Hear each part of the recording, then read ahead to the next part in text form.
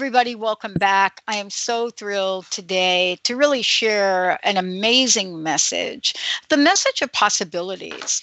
And what I love about working with Robert, and I've gotten to have the honor and the experience of working with him now, helping create the art of powerful living, and also be inspired by his absolute boundaryless approach to creating a joyful life. Whether it's watching the art that he's created change, develop, and grow, or speaking with him about how to bring a powerful message of joy in the world, or even how to create the spiritual essence to guide people along the way. You might be thinking, I'm not done with my shopping, I'm not doing this, I'm not doing that. You know what? All of the above can be done with joy. As Robert says, be a light to the world. Exactly. Robert, let's talk about what that means to you and why this is such a personally important message for you. Beautiful, Dr. Pat. We all have a mission here in life, and what our whole goal basically is to develop that mission, find out what it is, and then go and shine it to the world. And it's much more fun to shine that through joy.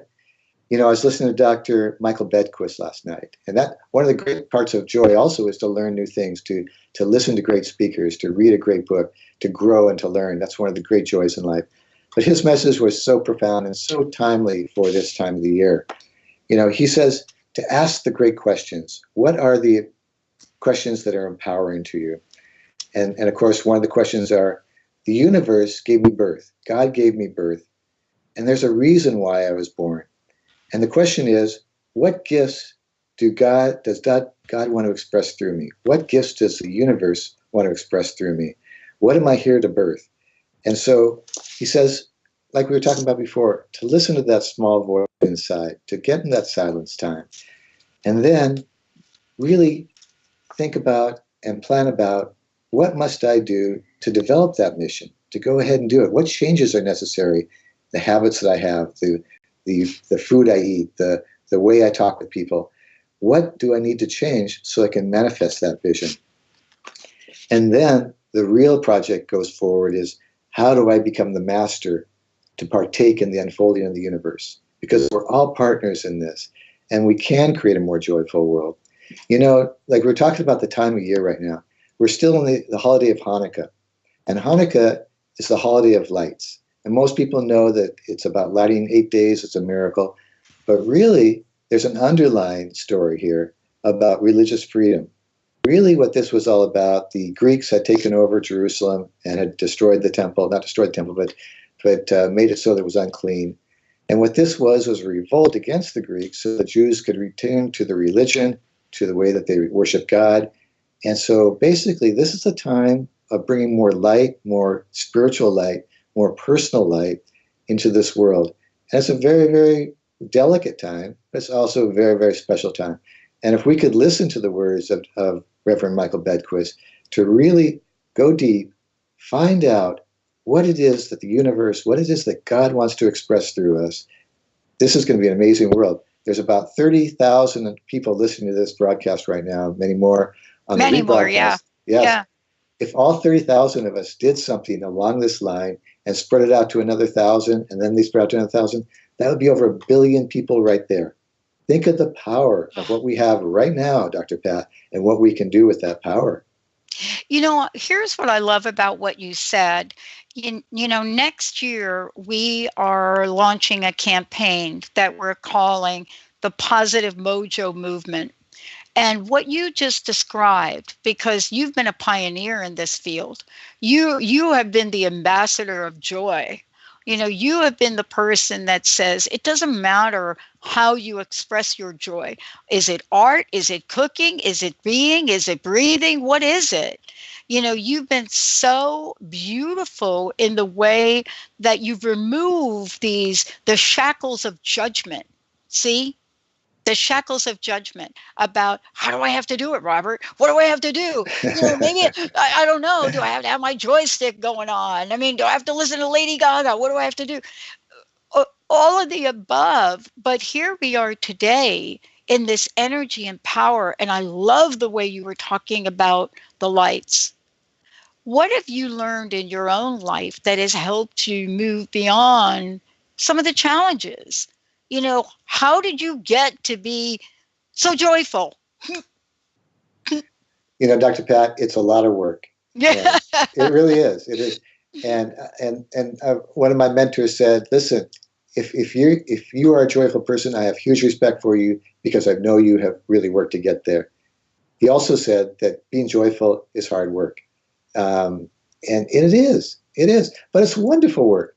Like anything that we want to accomplish in life, it takes. Let me back up a little bit. Dr. Pat, we live in a wonderful world, but we live in a world of pluses and minuses, male, female, black, white. There's pain, and there's love in this world, and that's part of the joy. What if we lived in a world that was all just love and happy and roses? We'd be bored within a day. So these challenges, the pains that we go through, they're all here for us so that we can stand up and show our excellence, our magnificence. Everything that life brings to us is an opportunity for us to show who we are and to really go deep into ourselves to make a choice of we're going to go forward with love, joy, compassion, and trust, or are we going to go through life with anger, self-pity, and excuses? I think that every time a challenge comes to us, we have that choice.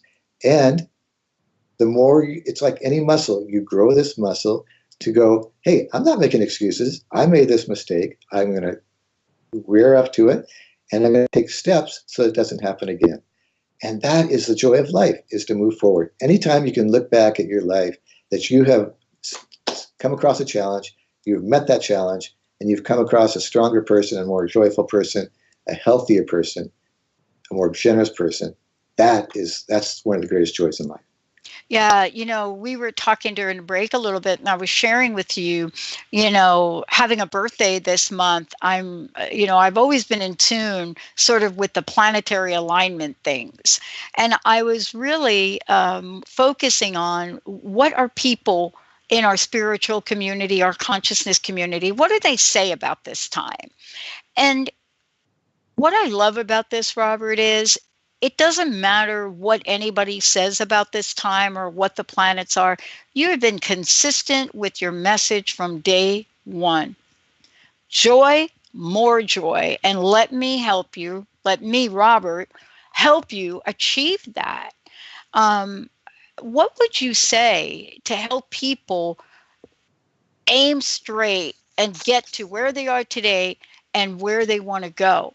What is it that folks most want to do but need help with? That's the question. That's a perfect question. I would say that if you can wake up every morning Mm-hmm. and basically just spend maybe 5 minutes in bed before you get out, Mm-hmm. and set the course for your day. First of all, a little prayer of thanks for a restful night, and then to think of 5 things that you want to accomplish today, and Mm. you know, and then basically just to start your day off with enthusiasm and with a great goal of what you want to accomplish in life. Um, if you like, I have 5 things that we can do or talk about right now Yeah, that please. that really are all about saying yes to life Mm. and really planning for this next year so that this is a more joyful life.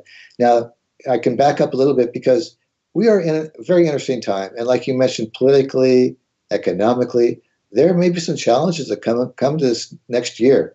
And it may be very difficult for a lot of people. But if we can basically work with these 5 things, it'll be Mm-hmm. easier.